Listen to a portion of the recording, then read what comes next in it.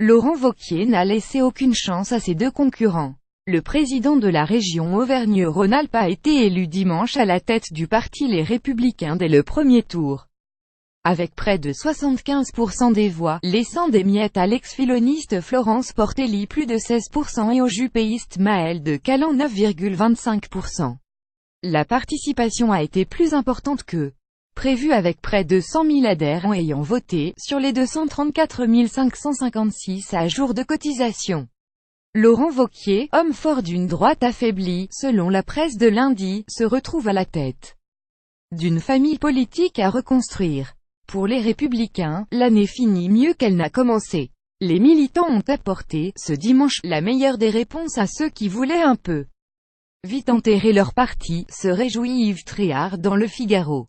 En se mobilisant davantage que ne le redoutaient les candidats eux-mêmes, les militants LR ont montré dimanche qu'il leur restait une envie d'avoir envie. Olivier Auguste de l'Opinion. Éviter une nouvelle fracturation de la droite républicaine. Le Parisien évoque toutefois un score en trompe-l'œil de Laurent Wauquiez.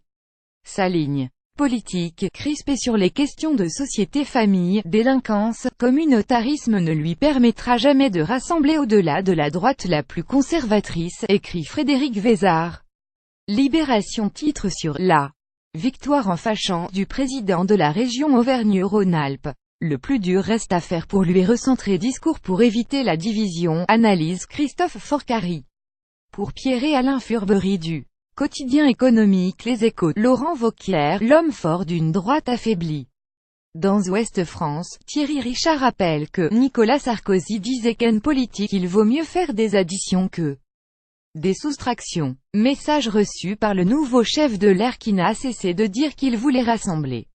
Volonté authentique d'ouvrir le débat ou stratégie d'endormissement de ses rivaux. Dans le journal de la Haute-Marne, Patrice Chabanet rappelle qu'un des problèmes du nouveau président des Républicains est d'être marqué très à droite, en cousinage idéologique avec l'extrême droite.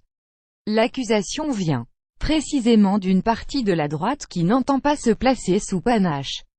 Ses premiers adversaires restent d'abord là, royalement élu mais bien seul dans la maison, pour reprendre la formule de Pierre Fréhel dans Le Républicain lorrain. Laurent Wauquiez va devoir éviter une nouvelle fracturation de la droite républicaine au profit évident d'Emmanuel Macron après une campagne menée sans vergogne sur les thèmes identitaires et sécuritaires du Front National, souligne Dominique Garot de la Charente Libre.